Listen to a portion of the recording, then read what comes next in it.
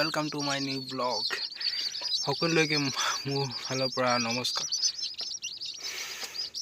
তো গাইস সকলোৱে চোৱা গাইস মই কেনেকৈ লোকেল কুকুৰা পোৱালি আনি মই কেনেকৈ পোহাৰ প্ৰচেষ্টা চলাইছো তো সকলোৱে মোৰ ভিডিঅ'টো প্ৰথমবাৰ শেষলৈকে চাওক গাইস মই কেনেকৈ এই লোকেল কুকুৰা পোৱালি এ টু জেড সৰুৰ পৰা ডাঙৰ হোৱালৈকে পৰ্যন্তলৈকে মই কেনেকৈ ডাঙৰ কৰোঁ কি খাদ্য খাবলৈ দিওঁ এইবোৰ সকলো আপোনালোকক প্ৰতিদিনে আপলোড কৰি চাম গাইস তো গাইস চাওক মই কুকুৰা পোৱালিখিনি বৰ্তমান ইমান দাম নাই অনা গাইস মই এসপ্তাহমান পাছত পুনৰ 50টা মান আনিম তো সেইবোৰ আপোনালোকক প্ৰতিটো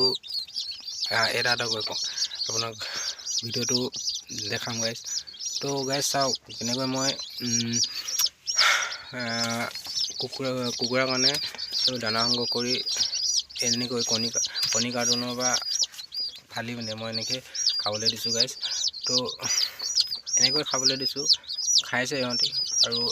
প্ৰতিটো টাইমে মই ইহঁতৰ এই বৰ্ডিংটো চেঞ্জ কৰি আছোঁ ৰাতি হ'লে গাইস চাওক এনেকৈ মই কাৰেণ্টে তৈয়াৰ কৰি এনেকৈ লাইট ফিটিং কৰি দিছোঁ LED ৱাৰ্ড তো টেম্পাৰেচাৰ দিব লাগে গাইস এতিয়া বৰ্তমান ঠাণ্ডা দিনত টেম্পাৰেচাৰ নিদিলে গাইস পোৱালিবোৰ ঠাণ্ডা পাব তো এনেকৈ মই বৰ্ডিং কৰি দিছোঁ গাইস সকলোৱে এনেকৈ কৰি দিয়ে তো মই কৰি দিছোঁ গাইস এনে বৰ্ডিং কৰি দিলে পোৱালিকেইটা ঠাণ্ডা নাপায়